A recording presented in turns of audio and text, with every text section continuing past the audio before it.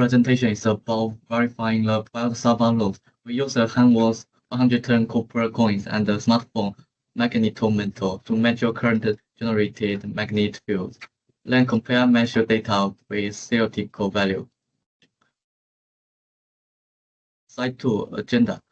Let me briefly go through our agenda. First, I will introduce our theoretical background of the biosava loads. Next, my partner will explain our experiment setup and data collection steps. After that, I will show our data analysis and experimental results. Finally, my partner will wrap up with the conclusion. Slide 3, Theoretical background. Now let's look at the theory.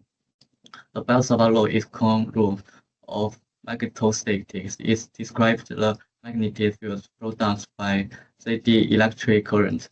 For the center of circular coins, the magnetic field formula is following rules formula.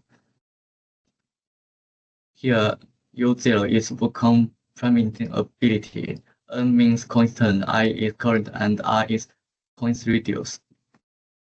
From this formula, we can see B is directly proportional to I. This linear relation is what we test in our experiment.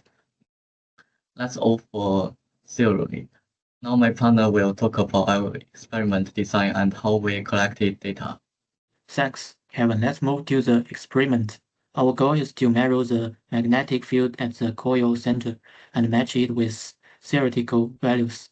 Our material includes a 100-turn copper coil with radius 0.05 M, adjustable DC power supply, wires, a switch, and a smartphone with magnetometer software. We built a serial circuit and placed the phone's sensor exactly at the coil's center X.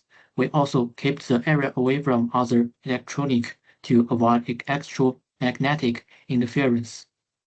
Slide 5, date acquisition. We followed 4 steps to collect data.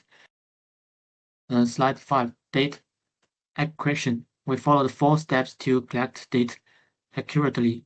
First, calibration. We recorded Earth's ambient magnetic field as background noise. Second, we set different voltages to get various currents.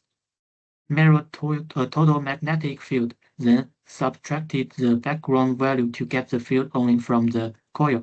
Third, we repeated every test multiple times and took average values to reduce random errors. Fourth, we logged all pairs of current and magnetic field into a table for later analysis.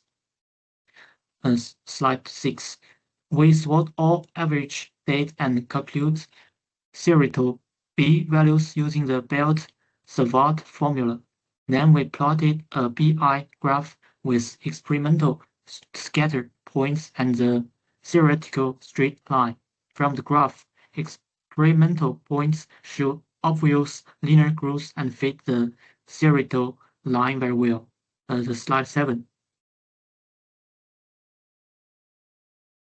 Our overall percentage error is only percent 5 to percent 10, which is acceptable.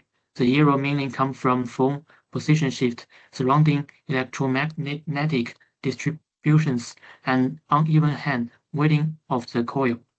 All evidence proves our experiment supports the Belt-Savart law. Slide 8, conclusion. To sum up, we successfully verified the Belt-Savart law.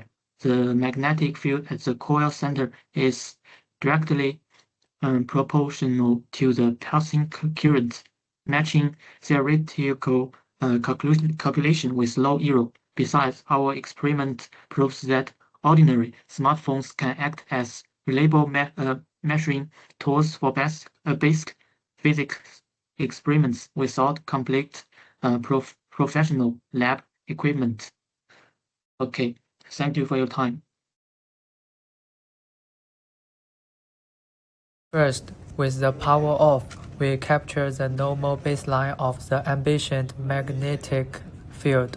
Next, we apply our minimal current of 0.2 amperes and record the initial jump in the magnetic field. Finally, we increase the input to our maximum current of 1.0 ampere, where the reading reaches its peak, clearly demonstrating a direct proportionality.